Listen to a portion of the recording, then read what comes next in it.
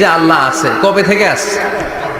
কবে থেকে? উনি শুরুটা কবে? আল্লাহ বলে আমি সূচনাহীন অতীত থেকে আছি। আমি এমন অতীত থেকে আছি যেই অতীতের কোনো সূচনা নাই। সুবহানাল্লাহ কইবেন না? আবার আমি সীমাহীন ভবিষ্যৎ পর্যন্ত থাকবো। সুবহানাল্লাহ পড়েন। এমন ভবিষ্যৎ যেটা সীমা নাই, এমন অতীত যেটা শুরু হয় নাই, তিনি হচ্ছেন আল্লাহ। চিল্লায় বলেন তিনি কে?